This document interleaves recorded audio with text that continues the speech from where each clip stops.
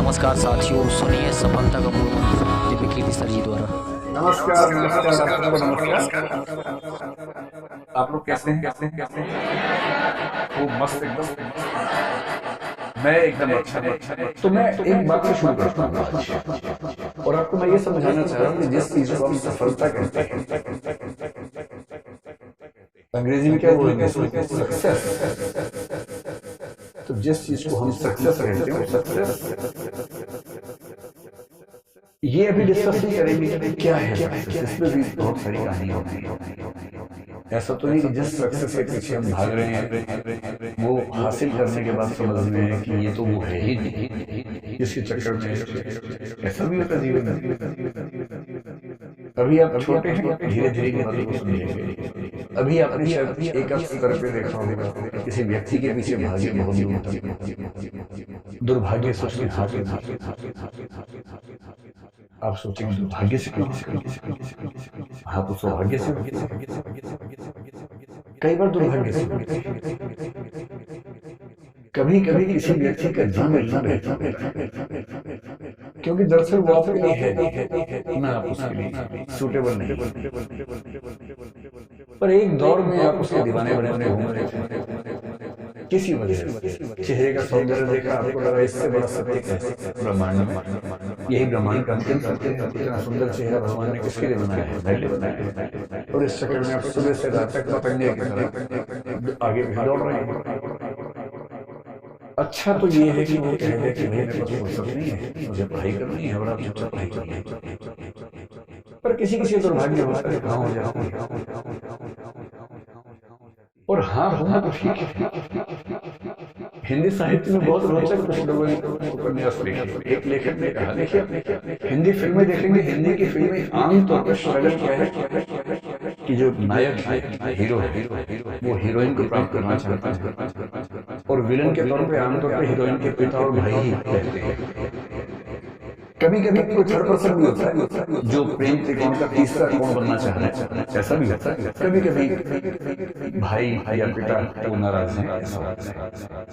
और पूरी स्ट्रगल ये है कि कैसे वो उनको कन्विंस करें। अगर फिल्म इमोशनल है तो वो अपनी होने वाली पत्नी के पिता को कन्विंस करने के लिए गांव में जाएगा, खेत में रहेगा, साथ में काम करेगा सारे। और फिर कौन सी फिल्म थी? रमैया वास्तव भैया। ये तो मैंने देखी नहीं। मैं तो दिल वाले फिल्म से बोल रहा था। DDLJ देखी है लोगों ने? वही है ना, इसमें शाहरुख खान, काजोल, अमरीश पुरी। हाँ, उसमें पूरी ताकत लगाई कि मैं किसी तरह से इसके पापा की सहमति बना लूं, उसके बाद विवाह करूं और फिर बना लूं। अंत में मतलब वो ट्रेन पे है, सिमरन खड़ी है, और तब अंततः उसके पापा का हृदय परिवर्तन हुआ और पापा ने कहा, जा सिमरन जा, जी ले अपनी जिंदगी। इससे यहाँ पे इमोशंस बहुत हमारे ओवर पावर करते हैं कि परिवार भी बच गया, रिश्ता भी बच गया। इससे अच्छा क्या है? विन विन, परिवार भी रिश्ता। लेकिन ऐसे पापा फिल्मों में ज्यादा होते हैं, ऐसे पापा समाज में कम है। समाज में पापा बोलते हैं, आ सिमरन घर के अंदर बैठ जाते, ड्रामा मत कर। लेकिन एक उपन्यास की बड़ी अच्छी बात है, उसने कहा कि कहानियां पढ़ के लगता है कि सारी स्ट्रगल विवाह तक की है। और हिंदी की फिल्मों का, अधिकांश फिल्मों का जो अंतिम दृश्य होता है उसमें हीरो हीरोइन की शादी हो रही होती है, मंडप सजा होता है, फूल बरसाए जा रहे होते हैं, और उसके बाद द एंड लिखा हुआ है, जबकि वो द एंड नहीं है, द बिगिनिंग। क्राइसिस तो अब शुरू हुआ है। ये क्राइसिस नहीं है, इंटरवल है, 2-4 महीने का इंटरवल है, जब चीजें ठीक लगती है। उसके बाद के जो क्राइसिस है, बड़ा क्राइसिस, किसी एक व्यक्ति के साथ 24 घंटे रहने, उसकी बहुत सारी आदतें जो आपको नहीं अच्छी लगती, आपकी बहुत सारी हरकतें आदतें जो उसे नहीं अच्छी लगती, एडजस्ट कर। कभी कभी मन विद्रोह करता है, झगड़ा करता है, मन करता है कि इसके साथ रहने के लिए मैंने स्ट्रगल किया, अपने घर से झगड़ा किया। प्रेम विवाहों के विफल होने के मामले आमतौर पर इसलिए होते हैं क्योंकि आपने जितनी हसीन कल्पनाएं कर ली थी, जिंदगी उतनी हसीन होती नहीं। जब तक प्रेमी प्रेमिका है, जिंदगी बड़ी हसीन है। क्यों करना क्या है, बाइक पे घूमना है, आइसक्रीम खानी, गप्पे मारने, तो स्ट्रगल तो है नहीं। लेकिन विवाह के बाद तो फिर किराया भी देना है, आटा भी खरीद के लाना है, दाल भी लेके आना है, और एक दूसरे की कड़वी बातें भी सुननी है, जो पहले तो मीठी मीठी बातें होती थी, एक दूसरे को मेकअप के बिना भी देखना है, जो नेचुरल पोज है वो भी देखना है। अभी तक तो वो देखा गया जो बहुत अच्छे से बनाया गया, दिन में 1 घंटे के सौंदर्य के लिए 3 घंटे तपस्या की गई, केवल वो 1 घंटा देखा गया। अब तो बिना पानी बिना धूप वो जो मूल रूप है, अब तो वो भी सामने है। हाँ, मेरी भी लव मैरिज है। मतलब जब कोई व्यक्ति कहे तो कुछ हिस्सा तो अपने अनुभव से आता ही होगा।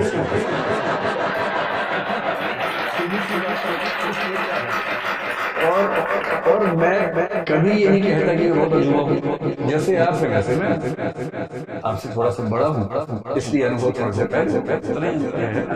तो सबके साथ। लेकिन असली स्ट्रगल यहाँ तक की थोड़ी ना, उसके बाद की, जैसे आईएएस बनने तक की स्ट्रगल एक, आईएएस बनने के बाद की स्ट्रगल दूसरी होती, और स्ट्रगल तो जिंदगी में रहती है हमेशा। हरिवंश बच्चे ने बड़ी अच्छी बात कही, संघर्ष में तो जीवन है, बिना संघर्ष थोड़ा जीवन, जीवन में संघर्ष थोड़ा बहुत रहता ही। ठीक वैसे ही आपसे कहना चाह रहा था कि अगर दुर्भाग्य से किसी ने हाँ बोल दिया तो इस बात का बहुत खतरा है कि आप पढ़ाई से दूर भाग जाएंगे, डिस्ट्रैक्शन हो जाएंगे। उससे बड़ा खतरा है कि 3-4 महीने 6 महीने बाद आपको उस व्यक्ति से भी दिक्कत होनी शुरू हो जाएगी, और फिर आपको जीवन का सत्य दिखेगा, मुश्किल दिखेगा। इसका मतलब ये नहीं है कि जीवन सुंदर नहीं, जीवन बहुत सुंदर है, बस सही समय पर सही चीजें हों, सही तरीके से हों तो सौंदर्य बढ़ जाता है। तो सफलता क्या है उस पर हम आज बात नहीं करेंगे, क्योंकि सफलता एक दौर में हमें जो लगती है, एक दौर के बाद कभी कभी लगता है कि वो सफलता नहीं है। मैं ऐसे बहुत आईएएस अफसरों को जानता हूँ जिन्होंने पूरी ताकत से आईएएस या आईपीएस कोई सर्विस में सिलेक्शन लिया, काम कर रहे हैं, 10 साल 20 साल 22 साल से काम कर रहे हैं, और जब उनसे गुफ्तगू होती है बहुत अच्छे से, तो उनमें से कुछ लोग जब इमोशनल लेवल पर बात कर रहे हैं तो कहते हैं गलत फैसला हो गया, मेरा मूल व्यक्तित्व इस चीज के लिए था नहीं, पर मैं इस चीज में आ गया। और ये सबके साथ किसी ना किसी मात्रा में इन चीजों का तनाव नहीं लेना। आज हम ये समझेंगे कि सफलता का मतलब, अगर हम मान आपको ये बनना है जैसे आपका फिलहाल यही उद्देश्य है, यही, तो उसके लिए कौन सी चीजें आपके अंदर होनी चाहिए? अगर हैं तो बढ़िया है, नहीं तो उस पर थोड़ा थोड़ा काम करना शुरू कर देंगे। तो हम आईएएस को भी दिमाग में रख के बात करेंगे, लेकिन सिर्फ आईएएस की बात नहीं करेंगे, और भी चीजें दुनिया में हैं इनको भी ध्यान रख के बात करेंगे। एक क्षमता होती है जिसको बोलते हैं आई। सुने आपने क्या? ये आई क्यों नहीं है, आई क्यू है ना, आई क्यू। इसकी फुल फॉर्म क्या होती है? इंटेलिजेंस कोशिश।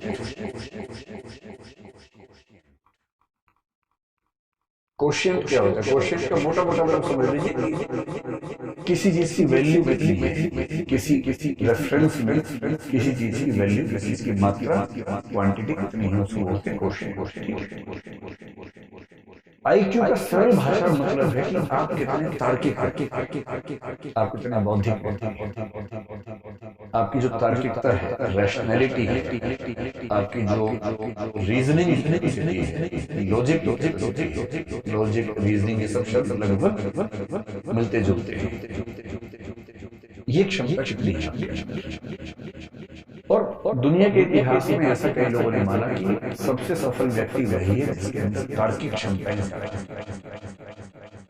कुछ हद तक बात ठीक है, क्योंकि अगर आप तार्किक ज्यादा है तो आपके डिसीजन मेकिंग कैपेसिटी बेहतर होगी, जो कि डीएम में होनी चाहिए। डीएम में क्या है? डिसीजन क्योंकि फैसले कर रहे हैं, और आपका फैसला केवल आपके बारे में नहीं है, पूरे जिले की जिंदगी के बारे में। 12, 14, 15 साल की सर्विस के बाद पूरे राज्य के स्तर पर प्रभावित करने लगते हैं समाज को। और यदि आप सेंटर की डेप्रेशन पर आ गए, 25-28 साल की सर्विस कर चुके हैं, तो आपकी कलम पूरे देश की नीति तय करती है। इसलिए बहुत जरूरी है कि आप सोच समझ कर फैसला करें। आपका चीजों को समझने का, फैसला करने का जो प्रोसेस है, उसमें जो तटस्थता चाहिए, ऑब्जेक्टिविटी चाहिए, वो एकदम ठीक है। ऑब्जेक्टिविटी का मतलब है कि आप फैसले इसलिए नहीं करते कि आपका मूड अच्छा नहीं, आपकी विचारधारा ये है, आपके मन में ये भावना है, नहीं, आप फैसला करेंगे तथ्यों के आधार पर, फैक्ट, आर्गुमेंट, और दुनिया के बाकी देशों में कैसे सिस्टम चल रहे हैं, बाकी राज्यों में कैसे चल रहे हैं, उन सबको स्टडी करेंगे और उन सबके बेस पर जो सबसे अच्छा आपको लगेगा या अच्छे को मिलाकर बेस्ट लगेगा अपने समाज के लिए, आप उसको अप्लाई करेंगे। ये जो पूरी क्षमता है, इसको बोलते हैं इंटेलिजेंस क्वोशिएंट। और हम मानते हैं कि बिना इंटेलिजेंस की सुपीरियोरिटी के आप सचमुच कम से कम सिविल सेवाओं में तो ना जा सकते हैं, ना शानदार परफॉर्म कर सकते हैं। कुछ ऐसे लोग हैं जो संयोग से किसी तुक्के से सिलेक्ट हो भी गए, तो वो अच्छे परफॉर्मर नहीं होंगे। अब एक जिला ठीक से नहीं संभालेंगे, एक दुर्घटना करवा देंगे, तो आपको अगला जिला मिलेगा ही। फिर आपको सचिवालय में कोई ऐसी पोस्ट देंगे जिस पोस्ट की वैल्यू बहुत कम होगी। और IAS के हर सर्विस में कुछ ऐसी पोस्ट रखी जाती है ताकि ऐसे लोग जो सरकार के साथ संगति में नहीं है या जिनकी कॉम्पिटेंस कम है, उन्हें वहां सेट कर दें। वो केस ना कर सके कि मुझे मेरे पद के अनुसार नहीं कुछ दिया गया, तो उनके लेवल पे पद बना के रखते हैं शंटिंग करने के लिए, चुपचाप नहीं बैठे रहो, नुकसान नुकसान नुकसान।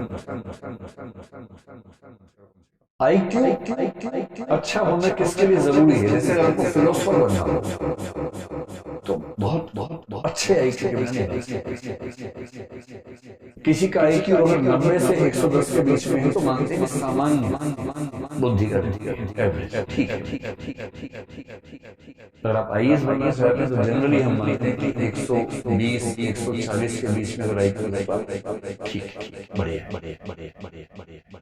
140 प्लस IQ किसी का हो तो ऐसा गिफ्टेड, बड़ी बात। किसी का IQ 200 भी हो, एक दो व्यक्तियों का 250 के ऊपर भी देखा गया है इतिहास, जो कि बहुत रेयर है।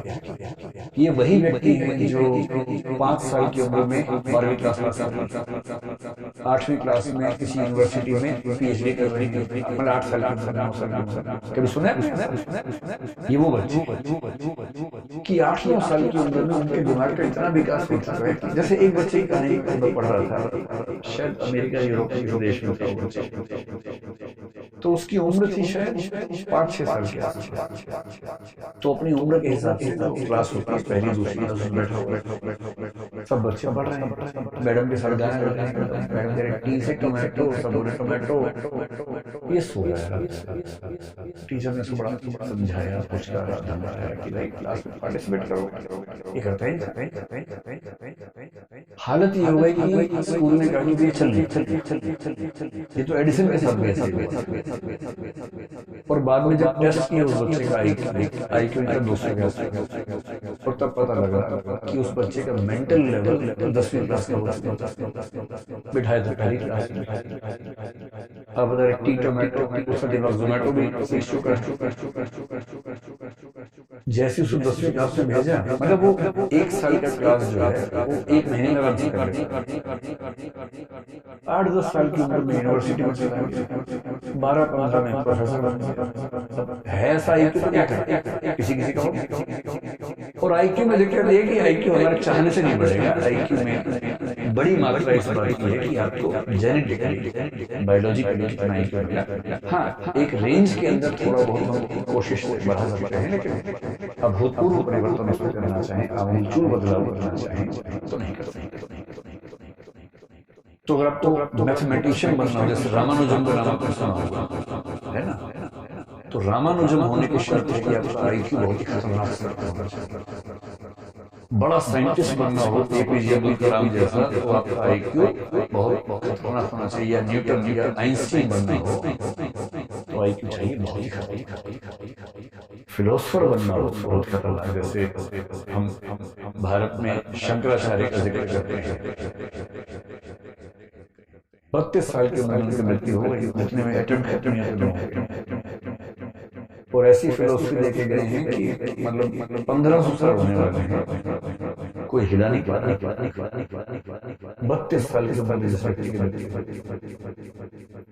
IQ कितना रहा होगा उस समय? IQ टेस्ट नहीं होते थे, होता तो मेरा ख्याल है कि 200-250 का मामला रहा होगा।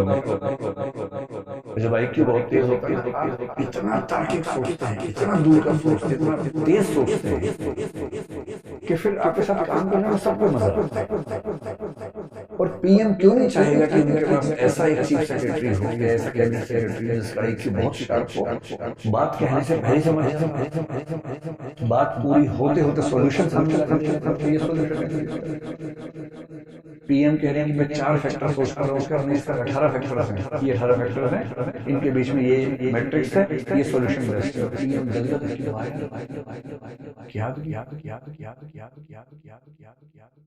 तो एक चीज सफलता में IQ है। तो एक पक्ष तो ये हो गया। अब IQ से अगर आगे निकले और देखें कि कौन सी दूसरी चीज है जिस पर आपको गौर करना है, और वो चीज जिसको आप अपने हिसाब से मैनेज कर सकते हैं। एक शब्द आपने सुना होगा, इमोशनल इंटेलिजेंस। कुछ लोग इसको EQ भी आजकल कहने लगे हैं। Emotional intelligence, emotional quotient. ये क्या चीज होती है, कभी आपने इसमें गौर किया? और ये चीज आपके पाठ्यक्रम में भी मुझे पढ़ाना होता है, वर्ल्ड एथिक्स में आता है। और जो दूसरी चीज है उसको बोलते हैं इमोशनल इंटेलिजेंस, और कुछ लोग इसके लिए एक शब्द करते हैं इमोशनल कोशेंट।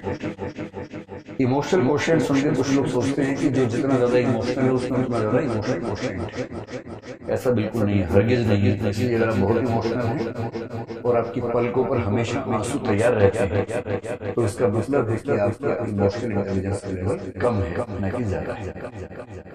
तो लेकिन इस बात से रोना नहीं कि इस बात से रोना शुरू कर है ना। मैंने सिर्फ ये बताया कि वैसा नहीं होता है। इसका मतलब समझ, इसका मतलब क्या है? आप में से कितने ऐसे बच्चे हैं जो मतलब जरा सा कुछ खटाक से आंसू निकलने लग जाते हैं? हाथ खड़ा था, शर्माने का मामला है नहीं। मुझे खुशी ये हुई कि 5-6 लड़कों ने भी हंस किया, वरना हमारे समाज में मान्यता है कि रोने पर एकाधिकार लड़कियों का है और नहीं रोने पर मर्दों का है। और मर्द फिल्म में डायलॉग था, मर्द को दर्द नहीं होता। उस एक डायलॉग ने भारतीय समाज से जितना नुकसान किया है, बहुत भारी नुकसान। उसके बाद से सारे मर्द अंदर दर्द हो रहा है, और ये नौटंकी करते करते घूम रहे, दर्द नहीं होता। मर्द को दर्द होता है। कल मुझे एक वरिष्ठ महिला से बात हो रही थी, उनकी उम्र 60 साल के आसपास। कहीं मैं गया हुआ तो वहां वो भी थी। तो उन्होंने मुझे बताया कि जो मेरा बेटा है वो आपका बहुत बड़ा प्रशंसक है। मैंने कहा जी शुक्रिया। तो आज वो उसे पता होता कि आप आने वाले में उसको लेके आती, आज वो आया नहीं। जी कोई बात नहीं, फिर मिल लेंगे। तो बोली बड़ा मजबूत बच्चा है, कभी रोता नहीं। अब मुझे लगा मैं ज्ञान दूंगा ना दूं इस समय, क्योंकि अब आप शादी ब्याह में जाके ज्ञान देने लगे, लोग फिर भगा देते हैं। कोई खाना भी नहीं खाया उस समय, बिना खाना खाए भगा देते तो बड़ा नुकसान हो जाता। शादी ब्याह में आदमी क्यों जाता है? बेसिकली दूल्हा दुल्हन कौन देखता है? कोई पूछता नहीं उनको, हम तो पहचानते भी कौन दूल्हा कौन दुल्हन, नाम भी नहीं याद रहता है, खाना याद रहता है क्या क्या था खाने। तो मैंने फिर बहुत सोच समझ के कहा कि जी अच्छी बोली, मैं आपको दिलवाऊंगी, बहुत मजबूत कभी नहीं। तो मतलब मैंने अंत में मुझसे रहने के बाद एक सेंटेंस कभी रोए भी तो नाम मत लीजिए, ऐसा क्या है? तो उनको लगा ये तो विचलन हो रहा है, बहुत स्ट्रॉन्ग है। तो आप में से कितने लोग ऐसे हैं स्ट्रॉन्ग हैं, कभी नहीं रोते? तो आप लोग स्ट्रॉन्ग नहीं है, आप लोग मुर्दा हैं। लेकिन मेरा काम जिंदगी को मुश्किल बनाना नहीं है, जिंदगी को आसान बनाना है, और मैं तो आसानी बनाऊंगा। बिना बात के तमाशे इतने इकट्ठे कर लिए उन लोगों ने कि मर्द को दर्द नहीं होता। क्यों नहीं होता? सुई चुभा होता दर्द, पत्थर मार के देखो खोपड़ी पे उसके, क्यों नहीं दर्द होगा? छोटे छोटे बच्चे जो है, लड़का हो लड़की हो, कोई गिरता है दोनों रोते हैं, चिल्ला चिल्ला के रोते हैं, भी रोते हैं। पता नहीं 5, 8, 10 साल के बाद ऐसा क्या होता है, लड़के रोना बंद। और और मम्मी क्या कहती है, मम्मी भी नहीं समझ पाती।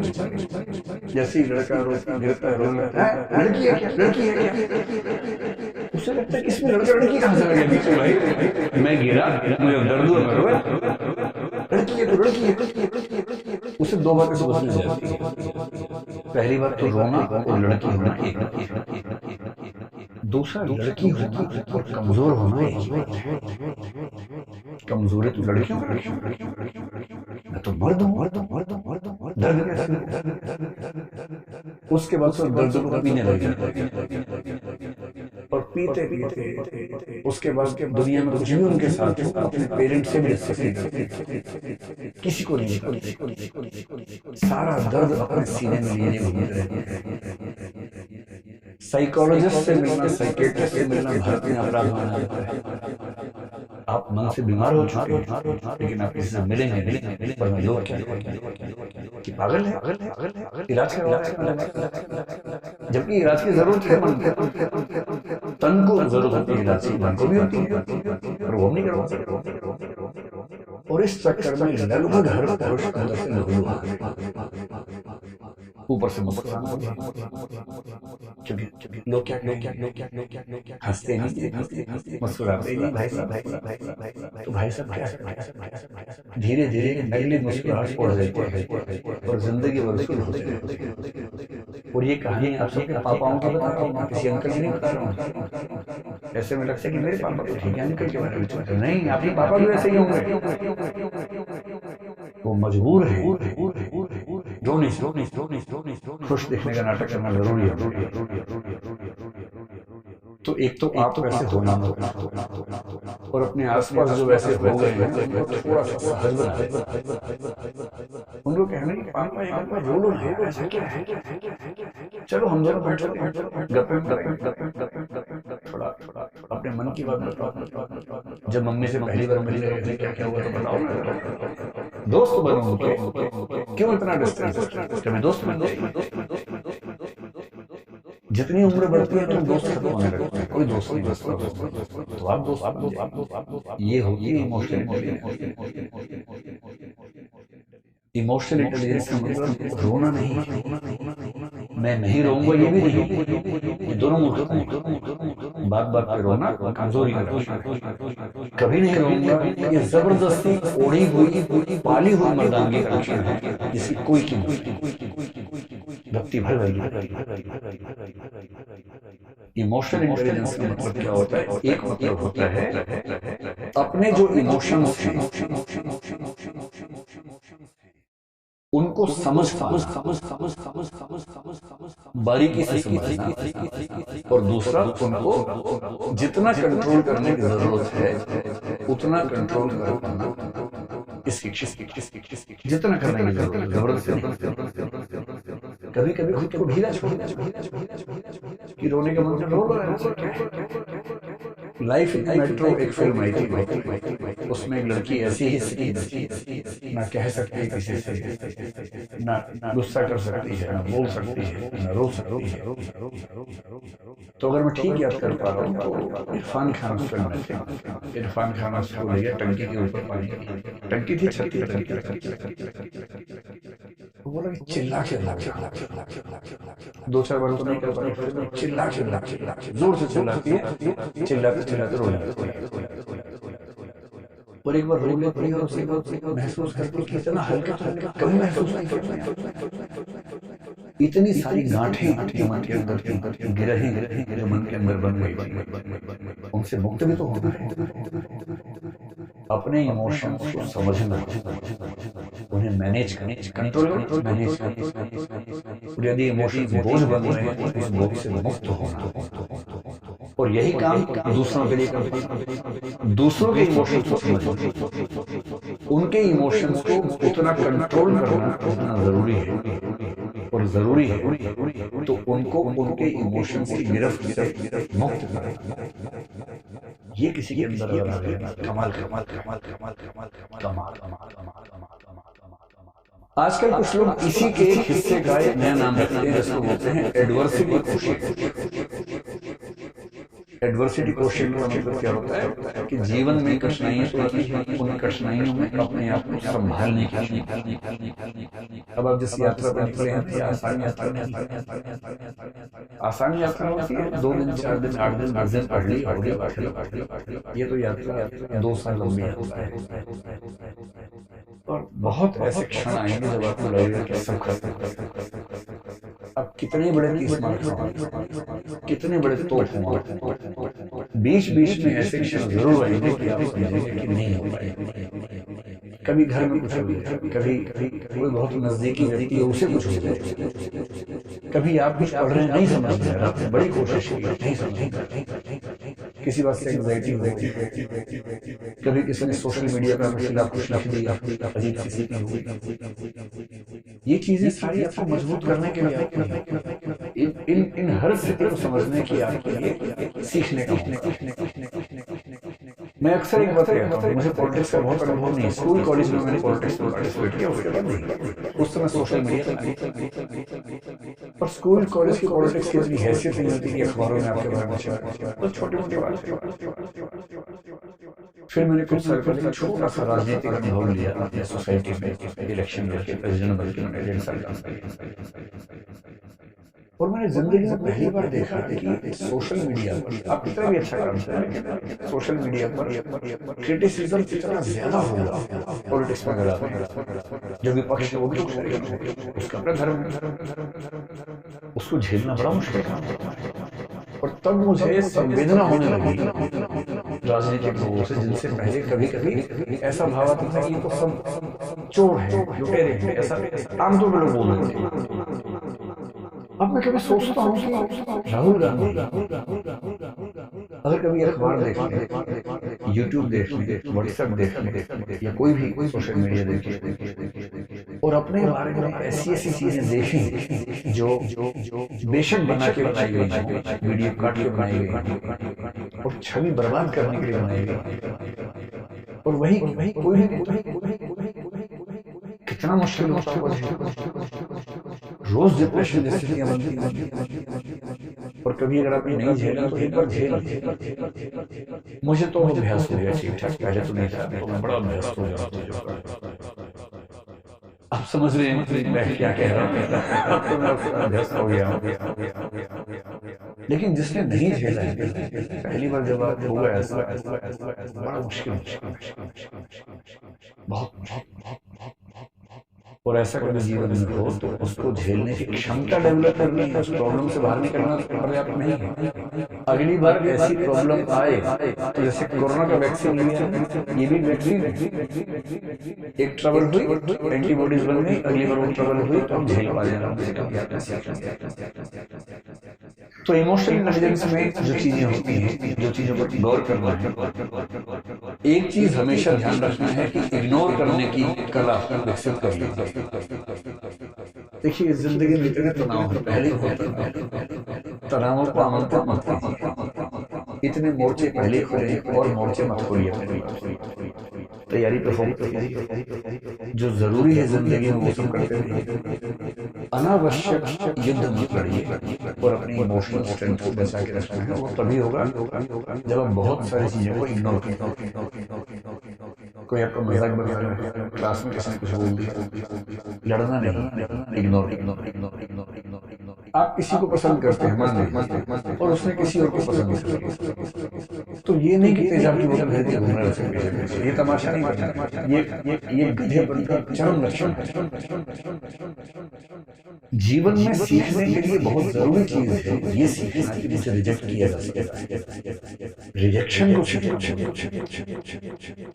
मैं तो कहता हूँ बच्चों से भी जो मेरे आसपास हैं, एक बार रिजेक्शन मिलना बहुत जरूरी है। तुम किसी को लट्टू बने बने घूमो, उसको बोलो और वो कहे कि आई एम नॉट इंटरेस्टेड, ये झेलना बहुत जरूरी है। इससे आदमी का पैर जमीन पर है। लेकिन इस वजह से रिजेक्ट मत करना दूसरों को, मैं तो सिखा रही हूँ, मैं तो सिखा रहा हूँ, ऐसा नहीं। वो तो अपना फैसला अपने हिसाब से करना चाहिए, लेकिन रिजेक्शन का दर्द, और उस दर्द को अब जैसे किसी ने रिजेक्ट किया, अब बस 3 तरीके। एक तरीका है आप कहें छोड़ूंगा नहीं। अब मैं रात दिन तेरे बारे में सोचूंगा। अब मैं सुबह अपने घर से उसी टाइम निकलूंगा जब तू निकलेगी या तू निकलेगा, वहीं वहीं जाऊंगा जहाँ जहाँ तू जाएगी या जाएगा। मैं तेरा बॉडी गार्ड हूँ। सुबह तेरे पीछे पीछे आऊंगा, शाम को तेरे पीछे घूमूंगा, क्योंकि मैं बेरोजगार हूँ और मेरे दिमाग में इतनी आजादी नहीं है कि कुछ और सोच सकूं जीवन। मैं तुम्हारा बंधुआ मजदूर हूँ, मैं तुम्हारा गुलाम हूँ, मैं तुम्हारा स्लेव हूँ।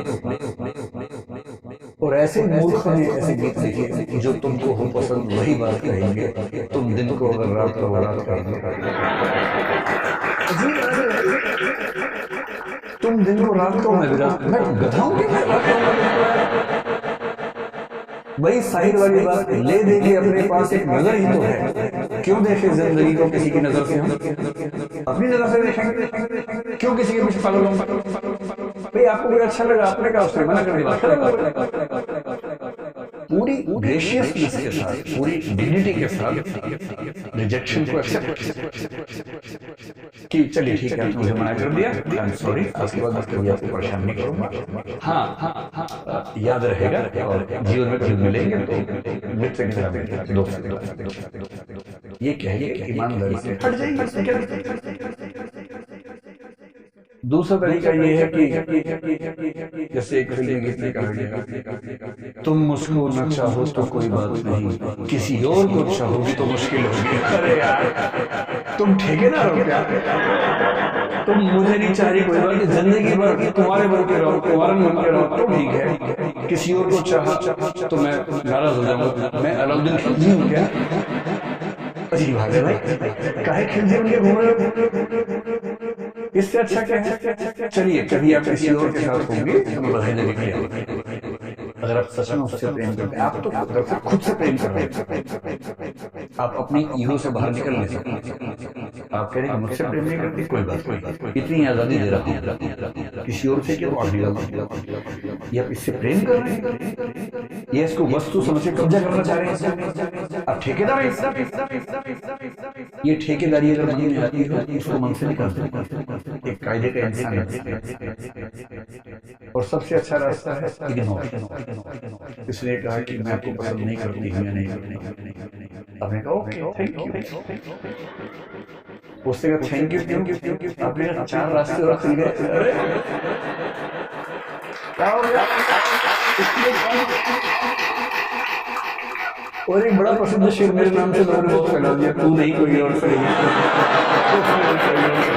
मेरा नहीं है, मैं तो यहाँ से सुनता हूँ वहां बोल देता हूँ, मैं तो नहीं कर रहा हूँ। इस शेर के 2 फॉर्म्स हैं, एक फॉर्म दूसरा भी। अगर तू है हर जाई तो अपना भी ये तौर सही, तू नहीं कोई और सही, कोई और नहीं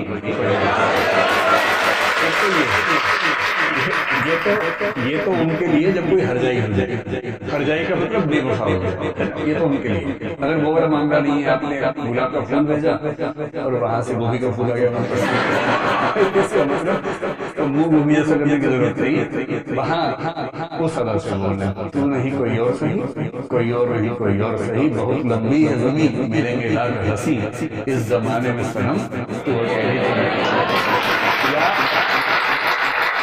या फिर तू अकेला तो नहीं, ऐसा थोड़ा नहीं बोल रहा, किसी में भी हो सकता है, दोनों पक्षों में इग्नोर करना सीखना, कोई बात नहीं। पर 2 दिन बाद कोई आपसे पूछे यार तूने काट दिया था, उसने तुझे रिजेक्ट कर दिया, कैसा लगता है? कौन? आपने कहा परसों उसने रिजेक्ट, किसने? उसे नाम बताया, बोले हाँ ऐसा कुछ हुआ तो था शायद यार डिस्टर्ब मत करो, I am in relationship with someone else. क्या टेंशन करनी है? वही व्यक्ति सामने से आ गया, उसने कहा कैसे? मैं तो ठीक है, अब क्या होता है? अब तक नहीं, मैंने 2 दिन पहले आपको मना किया। अब है कौन? अच्छा चेहरा देखा हुआ, लोड नहीं लेना है, इग्नोर करना। और दूसरे लोग आपके बारे में 4 बुरी बातें बोला, टेंशन। मेरा तो तकिया कलम हमेशा से दूसरे मेरे बारे में क्या सोचते हैं, अगर ये भी मैं सोचूंगा तो वो क्या सोचेंगे? कम से कम सोच तो रही मेरे बारे में, तुम्हारे बारे में सोच। अगर कोई बोले ना कि तेरे बारे में ऐसे बात चल रही थी, अरे बात तो चल रही थी, तेरे बारे में तो बात भी नहीं चलती भाई, मेरे बारे में बात चल रही है।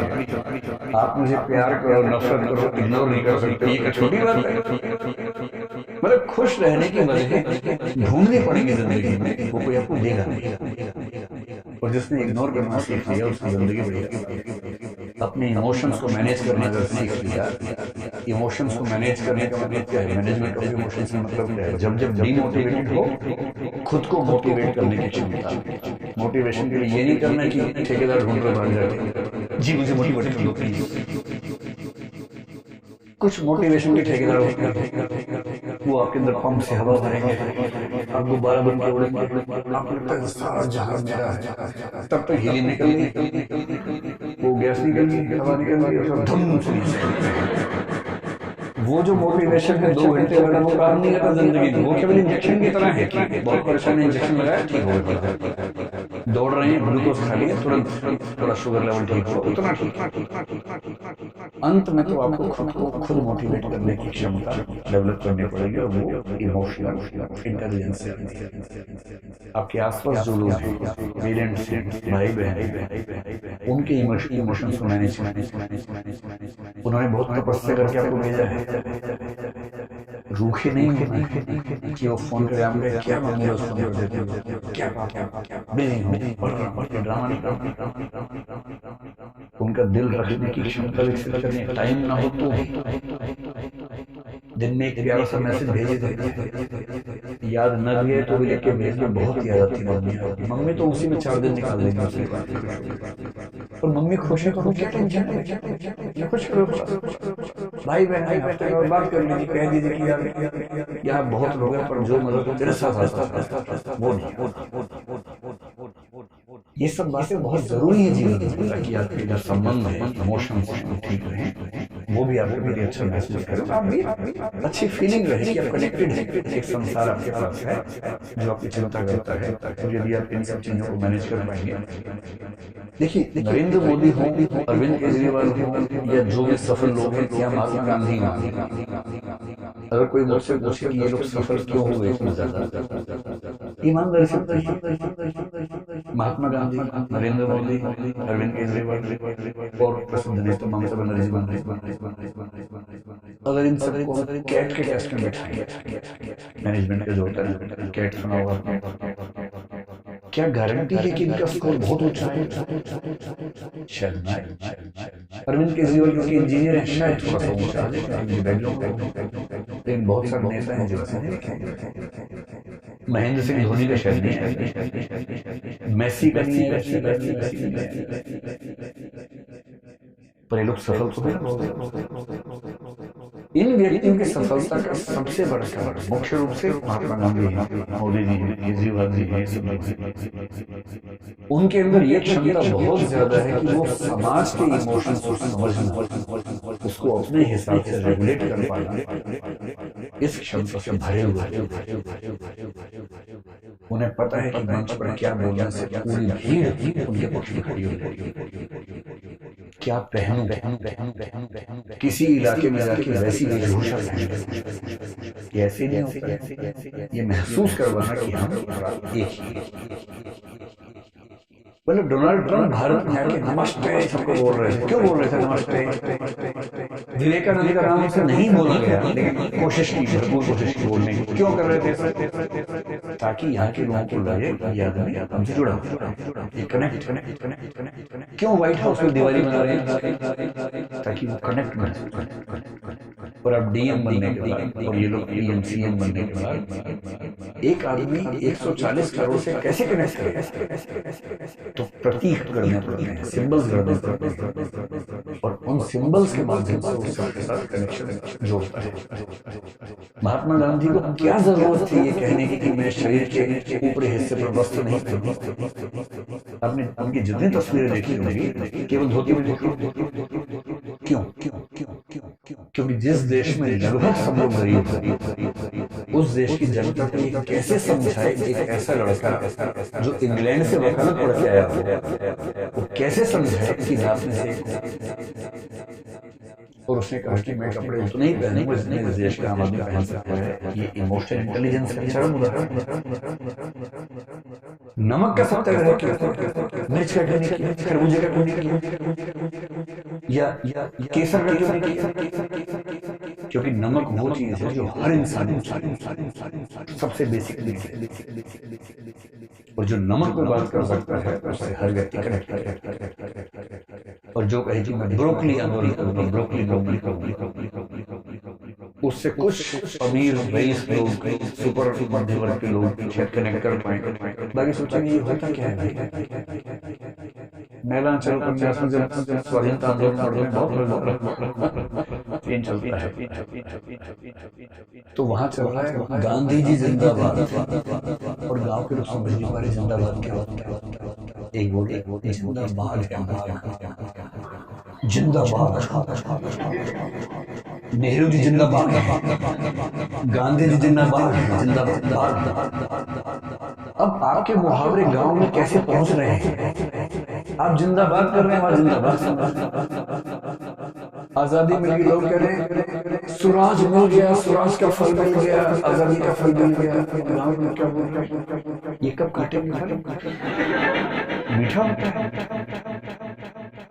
तो एक महान नेता वो है जो उस भाषा में बात कर सके जो एकदम आम आदमी समझता हो, उसके मुद्दे समझता हो। और जो डीएम बनेंगे, अगर चाहते हैं कि डीएम के तौर पर लोग आपको याद रखें, 100 साल बाद भी कहानी अच्छा नहीं की बेटा आज से 100 साल पहले एक डीएम साहिब आई थी, डीएम साहब आए, ये नाम था।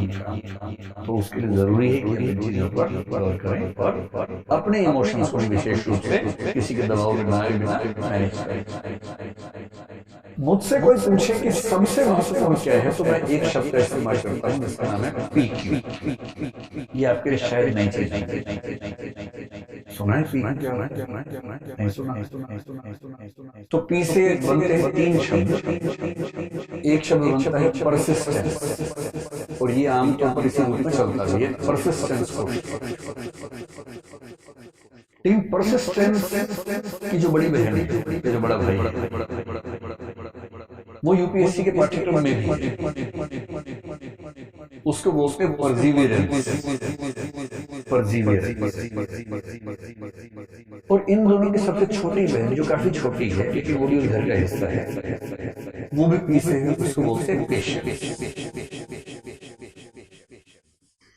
वैसे ये चीजें इमोशनल इंटेलिजेंस का हिस्सा बनती हैं, पर एक विशेष फोकस इसको देने की जरूरत है।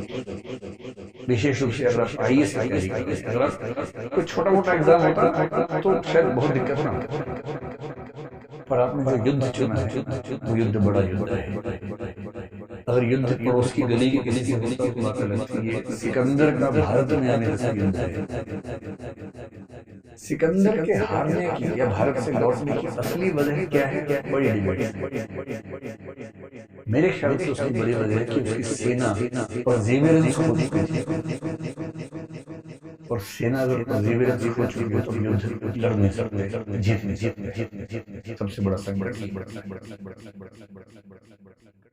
इसका मतलब क्या होता है? परसिस्टेंस का बेसिक मतलब होता है कि लगातार निरंतर प्रयास करते हैं। ये जो निरंतरता वाला तत्व है,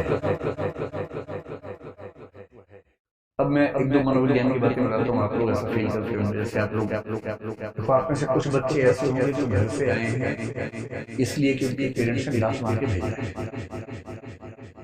कि चौधरी का बेटा आईएएस बन गया, तो नहीं बनेगा, नहीं बनेगा, नहीं बनेगा, आईएएस बन गया। आप में से 2 4 5 ऐसे होंगे, हाथ खड़ा करें ना करें, लेकिन मैं भावना समझ सकता हूं। फिर भी बताओ जो ऐसे भेजा गया है, मतलब थप्पड़ मार के लेकिन डांट के ही भेजा। देखो वो कहे कि ये भेजा गया, हाथ नहीं खड़ा कर रहा है, 4-5 बच्चे ऐसे इशारा कर रहे यही है यही है यही है वो, ऐसे भेजा गया। अरे हाँ कोई बात। तो ऐसे बच्चों के लिए मोटिवेशन बहुत मुश्किल चीज है, लेकिन धीरे धीरे आ जाएगा। हो सकता है कि आपको 2-4 महीने पढ़ने में बड़ी मजेदार पढ़ाई पर मजा ही आने लगेगा, ऐसा भी होता है। हिंदी फिल्मों में क्या होता है, शादी जबरदस्ती हो गई, विरोध है, धीरे धीरे अच्छा लगने लगता है, और फिर वैसी वाली जो फिल्में होती है जो बहुत धार्मिक भाव से बनाई जाती है कि कैसे अपरिचित लोग मिलकर फिर ठीक हो जाते हैं, उस थी। आप में से कुछ ऐसे बच्चे होंगे जो आईएएस की तैयारी करने नहीं आए हैं, आईएएस की तैयारी के बहाने से दिल्ली है, क्योंकि छोटे शहर और गांव में स्कोप कम रहता है, दिल्ली में स्कोप ज्यादा है। अच्छा, जितना है उससे ज्यादा का शोर है। जैसे भारत के लोग लगते हैं यूरोप में तो कुछ है ही नहीं, दिक्कत जाओ दिक्कत नहीं, ऐसा नहीं है। वहां भी समाज है और वो भी समाज वैसे ही काम करता है जैसे हर समाज से काम करता है। कई लोगों के मन धारणा होती है अमेरिका में तो एकदम खुला खेल फरोख्त है, जाओ वहां लोग तैयार वेट कर रहे होते हैं, प्रेम करने के लिए आएगा हमसे, ऐसी धारणा लोगों के मन में। एक भरा पूरा समाज हो, ये मंडी नहीं, मजाक नहीं। ऐसे दिल्ली को लेकर ऐसी गफलत लोग, दिल्ली और बॉम्बे को लेकर बॉम्बे को बता रहे जन्नत है जन्नत, दिल्ली भी छोटा जन्नत है। कई लोग इस चक्कर में आते हैं और पेरेंट्स को कैसे समझे, सीरियस 4 दिन पढ़ के बोलते हैं सोच रहा हूँ कि आइए। अच्छा, पापा को लगता है हमारे 7 पुश्तों से सपना चला रहा है, फाइनली किसी बच्चे ने अपनी और सुना चाहिए तो मैं जान लगा दूंगा अपने बच्चे के लिए, लेकिन बेटा चिंता तू जा, मैं देखना। पर बच्चा अपने मन में आंख मारता बहला दिया और फिर तुरंत दोस्त को मैसेज करते कि मैंने तो सेट कर लिया, तू भी सेट कर ले। फिर अपन चलेंगे दिल्ली, वहां को भी देखने या दिल्ली चल कुछ बच्चे स्वाभाविक, लेकिन आप में से कुछ ऐसे होंगे जो बहुत आग लेके आए, मर जाऊंगा लेकिन मैं छोड़ूंगा, आईएएस तो बनना है। ऐसे कितने लोग हैं? तो आईएएस बनने की संभावना आप लोगों में ज्यादा है जिनके अंदर ऐसा एक मोटिवेशन की आग इस तरह की है कि हाँ बनना, क्योंकि लंबा एग्जाम है, ये बहुत आसानी से नहीं होता, इसके लिए आपको सेल्फ मोटिवेटेड तो रहना ही पड़ता है, उसके बिना तो कोई चारा है ही नहीं। लेकिन आप जो लोग हैं उनके साथ क्या होता है, आप में से कुछ ऐसे होंगे जिनके मन में अचानक शाम को आता हो, कुछ देख लिया कोई आईएएस बना है, गली से निकला खूब लोग ढिंडोरा डांस कर रहे हैं, भैया भैया भैया दीदी कर रहे हैं, आप साथ से निकले किसी धक्के दिया और आपको लग रहा है कि ये क्या हो रहा है, हमें कोई पूछ ही नहीं रहा, और इनको देखो मेरा लगा हुआ है किसी पूछा क्या मिला है भाई, इसमें कि आईपीएस बने इस बार, आईपीएस। आपको लगा अच्छा तो हम भी बनेंगे, अगर आईपीएस बनने से इतना सम्मान मिलता है तो हम भी बनेंगे। ये मोटिव एक ड्राइव आपको मिल रहा है। कभी कभी क्या होता है कि आपके पेरेंट्स ने कहा बेटा एक झूठा मुकदमा दायर कर दिया और उसके आदमी ने और तेरा भी नाम लिखवा दिया कचहरी में आना है, आप वहाँ आप कह रहे हैं कि सर मैं दिल्ली में था और मेरे पेरेंट्स ने ऐसा नहीं किया, पुलिस वाले झपड़ मारे तेरे जैसे रोज आते 36 फिर आपने यूं नजर उठा कर देखा, आपने कहा बस 2 साल और देख ले, फिर आ रहा फिर दिखाऊंगा मैं क्या चीज, अपनी भाषा में मोह क्या चीज है तब पूरा दिखाऊंगा। एक ड्राइव में मोटिव मिल गया कि आईपीएस में इसको दिखाना, लेकिन क्या होता है कि ऐसी चीजों से आपको ना एक दिन, 2 दिन, 4 दिन, 7 दिन तक जोश है, बहुत जोश। वहां से लौटे रास्ते में ही आप चाहे फिल्म में हो जाए, रास्ते में, क्योंकि आपका मूड उस समय ऐसा होता है कि आईपीएस बनूंगा, एनकाउंटर करूंगा इसका, ऐसा मन में भाव है। घर पहुंचे एकदम एकदम उस पर माथा गर्म है। दोस्तों ने कहा फिल्म की टिकट ली हुई है, चलो पिट जाएगा, भाग यहाँ से, फिल्म देखने हैं दिल्ली, पढ़ाई करने के लिए हैं। तो सारे दोस्त अवाक कि ये बोल रहा,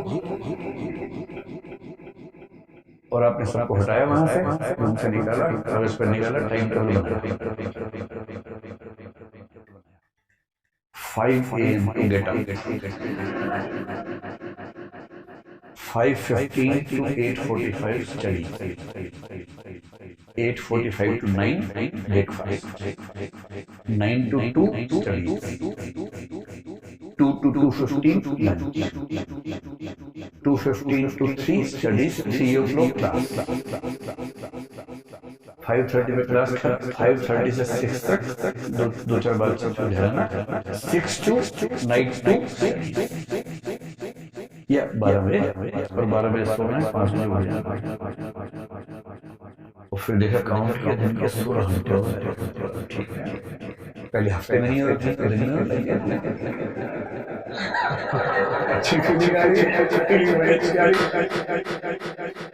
और उसके बाद दोस्त आए कि भाई सब ठीक भी, कल से यहाँ तपस्या होगी, कल से नहीं आज से होगी, आधी रात से शुरू हुआ, डिनर के बाद से शुरू, और तेरा भाई आईएएस बनेगा, पहले अटेम्प्ट में 6 साल बने,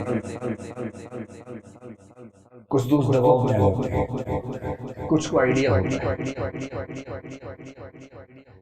तो फिर आप पढ़ना शुरू करते हैं। आमतौर पर 6 घंटे में मामला सेट हो जाता है, कभी कभी 1-2 दिन चल जाते हैं, अगर ज्यादा गंभीर चोट लगी हुई है तो 1-2 दिन चलता है, फिर आप समझ जाते हैं कि आपकी बस की बात है, और फिर आप चौथे दिन वैसे ही वापस हो जाते हैं जैसे आप मूल रूप में थे। ये जो चीज है इसको बोलते हैं कि आग तो बहुत अंदर है, लेकिन आग लगी हुई है पूरे जोर से, फुल वॉल्यूम पे आग लगी है, और अगर फुल वॉल्यूम पे आग लगी है तो दूर तक चलेगी नहीं, जल्दी गैस कर जाएगी। इसे यूं समझे, कभी हम गुस्सा आता है बहुत तेज गुस्सा, कभी तो आता ही होगा, अगर गुस्सा बहुत तेज आया है तो कितने समय तक चलेगा? अब बहुत लंबे समय तक बहुत तेज गुस्सा नहीं कर सकते, बहुत तेज गुस्सा कुछ सेकंड कुछ मिनट, और उस सेकंड या मिनट में कुछ ऐसा कर देंगे जिसका असर जिंदगी में रहेगा।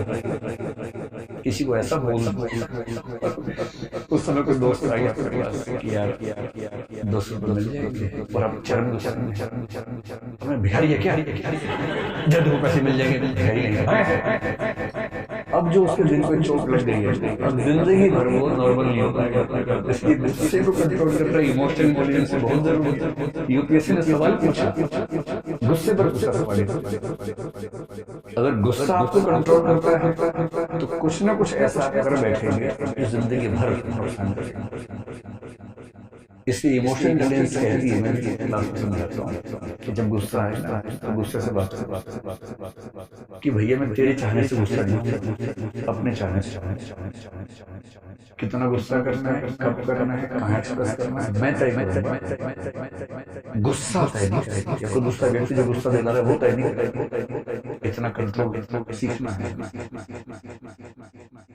परसिस्टेंस का मतलब है कि ऐसी आग नहीं चाहिए जो रात को लगी सुबह तक बुझी, वो आग नहीं चाहिए, एक निरंतर चलने वाली आग चाहिए, जिसको बोलते हैं धीमी आंच में खाना पकाना है, उसका स्वाद अलग, धीमी आंच, लगातार जलने वाली आंच। 2 साल तक लगातार आपके मन में ये भाव रह सके कि भाई 10 घंटे 8 घंटे, मतलब मेरे ख्याल से अगर आप क्लास के साथ 6-7 घंटे पढ़ रहे हैं तो ठीक है, कोई दिक्कत नहीं। कि भाई आज 9 घंटे पढ़ाई ना और अगर 9 घंटे पढ़ाई नहीं हुई तो ये गलत हो गया। और आज 1 घंटा कम पढ़ाऊं, कल 1 घंटा ज्यादा पढ़ूंगा, हिसाब बराबर। और ये आप 2 घंटे 4 घंटे नहीं, लगातार लगे रहे, इसको बोलते हैं परसिवियरेंस। थोड़ा सा और गंभीर बात होती है, इसमें दृढ़ता शामिल हो जाती है, मजबूत इच्छा शक्ति शामिल हो जाती है। पेशेंस का मतलब बहुत लंबे समय बाद शायद सफल होंगे, उतने समय तक पेशेंस बनाए, धैर्य बनाए। ये तुरंत मिलने वाले फल नहीं, लो हैंगिंग फ्रूट्स नहीं, ये फल नीचे टंगे हुए हैं उसलिए खा लिए, बहुत नीचे टंगे हुए समय लगता। ये वो वृक्ष है कि 3-4 साल तक पानी देते रहेंगे तो उसके बाद अचानक बढ़ा। कबीर दास ने कितनी बढ़िया कि हड़बड़ी में मत सोचना कि तुरंत जीने लगे। वो कहते हैं धीरे धीरे रे मना, धीरे सब कुछ हुए, माली सींचे 100 घड़ा, ऋतु आए फल होए। हे मेरे मन, धीरे धीरे सब कुछ होता है। माली 100 घड़े पानी की सिंचाई करता है, तब जाने के बाद जब ऋतु आती है तब फल निकलते हैं। ऋतु आने से पहले फल निकलते। और यदि 1.5-2 साल 2.5 साल की तैयारी गंभीर करनी पड़ती है तो अपनी पेशेंस। ये नहीं कि बाद में पानी डाल के दिखाया पेड़ दिख रहे नहीं, सुबह डाल दिया। सूरदास ने बड़ी अच्छी कविता लिखी, बहुत ही प्यारी कविता है। भगवान कृष्ण को जानते हैं, जब वो छोटे बच्चे बहुत नटखट, उनकी माँ बड़ी परेशान रहती है, सारी मम्मियाँ परेशान रहती है, तो मम्मी परेशान रहती है। तो यशोदा मैया के सामने संकट ये है कि बच्चा दूध नहीं पी रहा, और बच्चे ऐसी उनसे बहुत दूध मुंह बनाते हैं, कैंपा को देखते लपलपाने लगते हैं, जीभ दूध देखते हैं, तो माताएं बच्चों को दूध पिलाने के लिए झूठ बोलती हैं कि दूध पीने से तुम हट्टे कट्टे हो जाओगे, दूध पीने तुम बड़े हो जाओगे, दूध पीने से तुम्हारी मूछें आ जाएंगी, दूध पीने से ये हो जाएगा। बच्चा इसी तरह से दूध पीता है, कुछ बड़ा हो।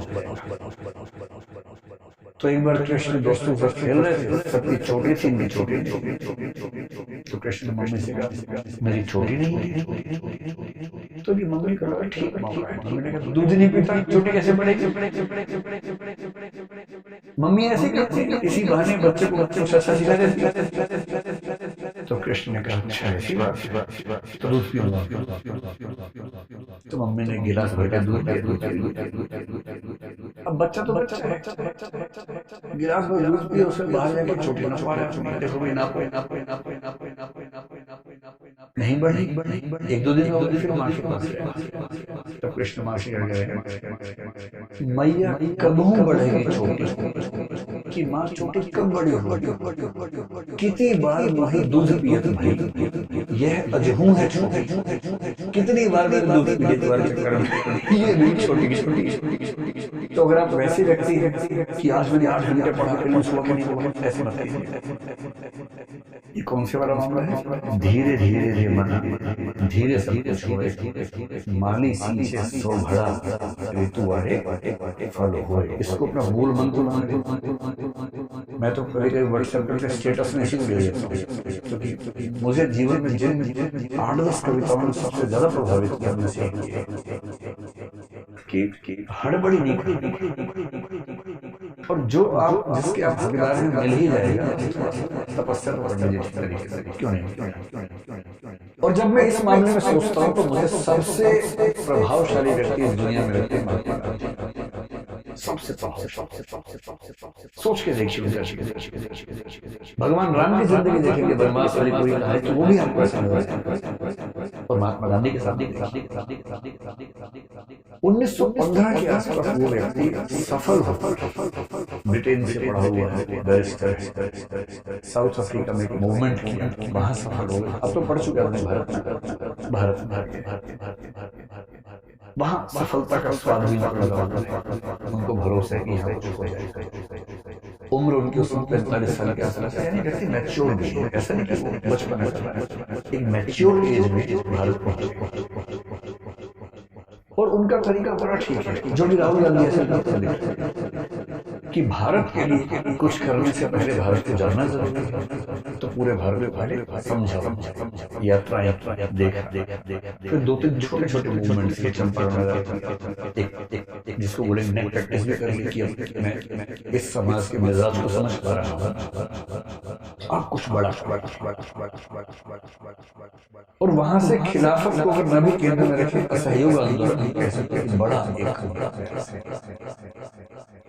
और उनके मन में ऐसा महसूस हमको हो गया कि बहुत मुश्किल है, अंग्रेज सत्ता इसलिए चल पा रही है क्योंकि भारतीयों का मौन सहयोग मिला हुआ है। अगर सहयोग नहीं मिलेगा तो कहां से चला, तो असहयोग।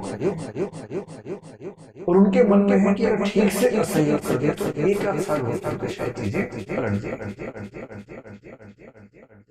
जो व्यक्ति 1918-19 में इस भाव में है, उसने एक आंदोलन किया। उस आंदोलन में कुछ चीजें ऐसी है जो एक हत्याकांड में बोलते हैं, चोरी चोरा वाला आंदोलन वापस लिया। जनता का मिजाज नहीं समझ में आ रहा, लोग गुस्सा हो जाते हैं, अहिंसा छूटती है और उनकी धारणा है कि अहिंसा के बिना आंदोलन चल नहीं पाएगा। फिर 10 साल की पेशेंस और उसके बाद 1929 में फिर एक बड़ा आंदोलन, फिर 12 साल की लंबी प्रतीक्षा, उसके बाद फिर एक बड़ा आंदोलन 1942, उसके बाद भी और उसके बाद दुनिया भर की परिस्थितियों के बदलने के साथ साथ यहाँ की स्थितियों का बदलना और 47 में आजादी मिलना, वो भी वैसे नहीं मिलना जैसे चाह रहे। अब समझ रहे हैं, आप तो 2-2.5 साल की शादी को लेकर परेशान है। ये आदमी 1915 से 1947 तक 32 साल तक स्ट्रगल कर रहा है और अकेले नहीं कर रहा है, आपको तो अकेले कर रहे हैं, इसको पूरे देश को सोच रहे, देश से स्ट्रगल करवानी है। कितनी बार जब भारतीय होने का आंदोलन फेल होता हुआ कितनी गालियां अपने ऊपर सवाल खड़े होते हैं कि हो पाएगा नहीं हो पाएगा। हमारा तो एक फिल्म्स भी लग जाता है, लगता है कि यार पता नहीं होगा कि नहीं होगा। इन्हें तो फिल्म्स में सब बिगड़ता था और उसी प्रोसेस में उनके अपने बच्चे कंट्रोल से बाहर निकल, उनका एक बेटा हिंदू धर्म छोड़ देता। इन सारी चीजों को मैनेज करते हुए ये आदमी लगातार एक भरोसा को बनाए रखते हुए, सबको बनाए रखते हुए यहाँ पे पहुंचता है। इसलिए महात्मा गांधी ने इमोशनल इंटेलिजेंस तो कमाल की थी ही। मेरे ख्याल से जो चीज सबसे बड़ा बनाती है वो है सरल मतलब क्या है, उद्देश्य आज नहीं मिलेगा, कल मिलेगा, कल नहीं मिलेगा, परसों मिलेगा। जितना भी समय लगेगा, जितनी भी ऊर्जा लगेगा, जितनी भी थकान, जितनी बार हारना पड़ेगी, जितनी बार गिरूंगा फिर उठ खड़ा होऊंगा और अपने पूरे मजबूत इरादे के साथ इस तरह बढ़ता रहूंगा और अंत में क्यों सफल नहीं होगा, क्यों नहीं होगा। ये तेवर चाहिए। और आपसे मैं कह रहा हूँ 2 साल की लड़ाई है, बीच में ऐसे क्षण जिस दिन ऐसा होगा कि एक दिन नहीं पढ़ पाएगा, उसकी भरपाई अगले दिन हो जानी चाहिए। हाँ, आप जिस उम्र में ठीक है, महीने में 30 दिन में 3-4 दिन ऐसे आएंगे कि नहीं पढ़ पाएंगे, सामान्य। कभी घर जाना पड़ेगा, कभी घर से नहीं जाएगा, कभी किसी दोस्त की तबीयत खराब। पत्थर मत बन जाना कि दोस्त की तबीयत खराब है कि यार मुझे बहुत तेज बुखार हो रहा है, मेरे 3 घंटे बचे पढ़ने, पढ़ा रहे आराम से। ऐसी पढ़ाई काम की नहीं है, उस दिन छोड़ दो पढ़ाई। महीने में 3-4-5 दिन ऐसे आएंगे जब पढ़ाई नहीं हो पाएगी, गोली मारो उस दिन। 25 दिन 10-10 घंटे पढ़ लीजिए, 250 घंटे हो गए, पूरे महीने के एवरेज से निकालेंगे तो 8 घंटे के एवरेज, या 25 दिन 12 घंटे पढ़िए, 300 हो गए, 10 घंटे के एवरेज। आप मान के चलिए कि महीने में 25 दिन ही अंततः आपके हाथ में है, 3-4-5 दिन को हाथ से निकाल जाएंगे। पत्थर मत बन जाना उसका कि माँ कह रही है बेटा बहुत दिन से मिले नहीं, एक दिन के लिए आ जाए। सर ने कहा रोज 3 दिन आऊंगा, 30 घंटे जोड़ के करना पड़ेगा, पूरा महीना निकल जाएगा। तो माँ समझ लो कि मैं भगवान राम की तरह वनवास डिस्टर्ब एकदम डिस्टर्ब बहुत परेशान करती है। उधर से माँ की आंखें आंसू ये ड्रामा मत है ना, सफलता थोड़ी सी लेट मिले ठीक है, सबके साथ मिले इज्जत, सबका दिल दुखा के मिले, उसकी कोई कीमत नहीं है। बाद में आप खुद समझेंगे कुछ बचेगा, आईएएस बन जाएंगे, उसमें कोई पूछेगा ही नहीं, बस सारे वही पूछेंगे जो अपनी ताकत से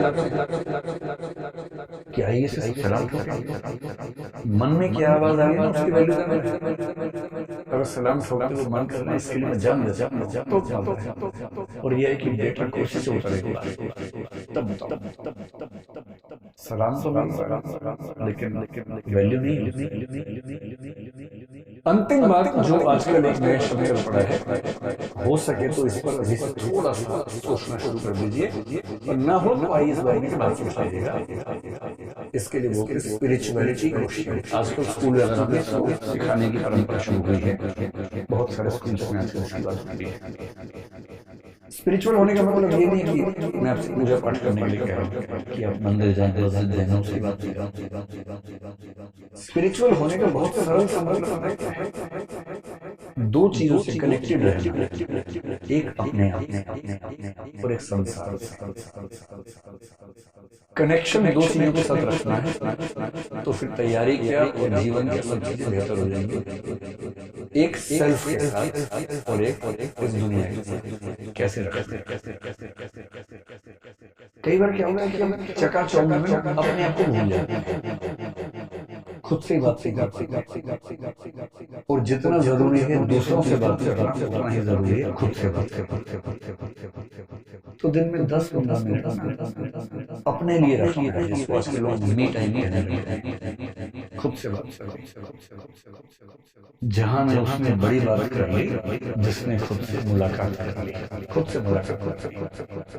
से मुलाकात करने के 2-3 तरीके, जो तरीका मुझे पसंद है, अकेले सैर पे निकलते और सैर में झुंड साधने के बाद नेताजी नहीं बनने की अपने पीछे 5 फॉलोवर्स, भैया भैया भैया आपको मजा आ रहा है, सब भैया सब दीदी बोलती ड्रामा नहीं, अकेले और अकेले आजकल की पीढ़ी में क्या अकेले चलते हैं, फोन ये है, 2 कान में टोपे लगाए और उसमें गाने चलना। वो नहीं, वो तो शोर आपके साथ चल रहा है, वो शोर नहीं चाहिए, कुछ नहीं लेकिन मोबाइल फोन है वो यूज नहीं रखिए सिक्योरिटी के लिए। अकेले टहलते रहिए 15 मिनट आधा घंटा, फिजिकली फिट रहेंगे और आप पाएंगे जब आप अकेले टहलेंगे बहुत सारे विचार आने लगेंगे, आत्ममंथन, इंट्रोस्पेक्शन।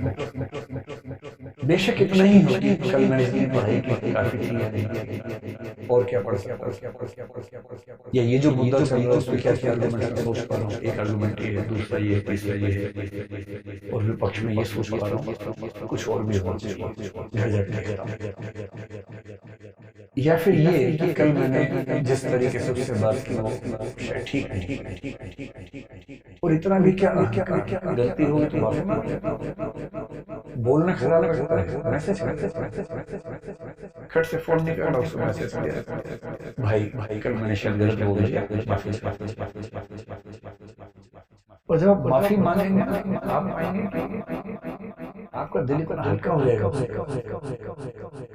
और जिससे माफी मांगी है उसका दिल और वो कायदे का इंसान होगा तुरंत माफ करेगा, भाग के आएगा, क्योंकि वो भी बोझ क्यों रखना चाहिए। एक छोटी सी बात, दुनिया के अधिकांश झंझट सिर्फ इसलिए है कि जिसको गलती मान लेनी चाहिए गलती मानता मान लो, छोटी सी गलती अगर हुई है ईमानदारी से मान अपने आप को बहुत तोप नहीं समझना है कि जहां हम खड़े होते हैं वहां से लाइन शुरू होती है। क्यों कि तुम रेलवे के गार्ड हो क्या, तुम मतलब पुलिस वाले हो, लाइन शुरू क्यों शुरू हम लाइन के बीच में, हमसे आगे भी हैं पीछे भी हैं, और सच बात तो ये कि हम सब बीच में। आप कितने भी सफल हो जाएं इस दुनिया में कुछ लोग आपसे आगे रहेंगे, कितना भी जोर लगे। आप उद्यमी बने और आप सोचेंगे मैं जेफ बेजोस को हराऊंगा, एलन मस्क को हराऊंगा, हो सकता है ऐसा कर लें 2-4-5 दिनों के लिए, फिर कोई ना कोई आगे निकल जाएगा, उसमें तो वही हर 4 दिन कोई आगे निकल, कितने ताकतवर हो जाएंगे।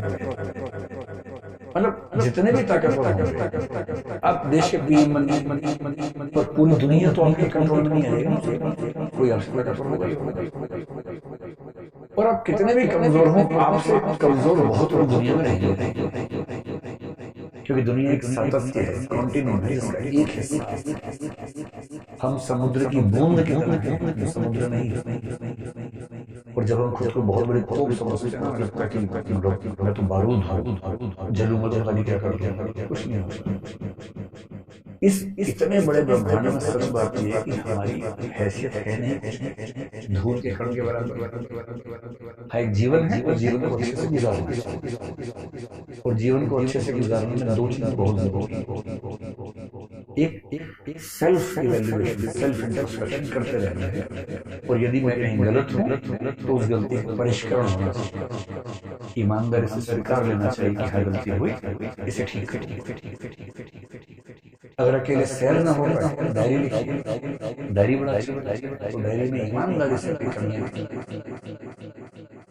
और दूसरी चीज, इस पूरे संसार के साथ एक लिंक रखना महसूस कीजिए। ईश्वर को मानते हैं तो ईश्वर से करिए, ईश्वर को नहीं मानते हैं या किसी और धारणा को मानते हैं उससे करिए, नहीं तो पूरी सृष्टि से, पूरी प्रकृति से, पूरे ब्रह्मांड। ये कनेक्शन कैसे होता है? हमेशा ये ना लगे कि ये मैं हूं, ये वो है, ये फील हो कि इस पूरे संसार का एक हिस्सा है, और यहाँ कुछ भी बुरा है तो उसमें मेरी भी हिस्सा। मसलन आप सड़क पे जा रहे हैं, एक बच्चा किसी पशु को पत्थर मारता है, आप सोच सकते हैं कि मुझे क्या, मैनू, पर आप ये भी सोच सकते हैं कि उस बच्चे को समझाए कि बिना वजह क्यों परेशान, क्या जरूरत है परेशान। वो पशु थैंक यू बोलने नहीं आ सकता, उसको समझ नहीं आएगा कि आपने क्या किया। और थैंक यू या एहसान किया, इसके शुक्रिया के लालच में अगर आप कुछ कर रहे हैं तो उसकी वैल्यू है। कुछ अच्छा करने की वैल्यू तभी है इस भाव से नहीं करते, इसका जवाब क्या मिलेगा, प्रतिक्रिया में क्या मिलेगा। छोटी सी बात आपने कह दी कि बेटा उसको दर्द होता है, क्यों परेशान, तुम्हें कोई मारे,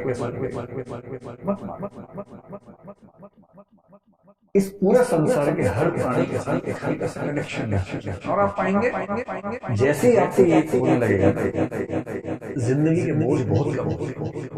पर आप पाएंगे एक संसार है, मैं अपनी भूमिका निभा रहा हूं, ईमानदारी से निभा, सफल होने की हर पुरजोर कोशिश, लेकिन ये ब्रह्मांड सिर्फ मैं नहीं, लाखों करोड़ों लोग, सबकी अपनी कहानी है, अपनी जिंदगी है। और जब इस माइंडसेट से जिएंगे तो सफलताएं आपको जमीन से उठा नहीं देगी, विफलताएं आपकी जमीन को खींच, पैर टिके रहेंगे जमीन पर, सफलता में भी और विफलता पर उखड़ेंगे।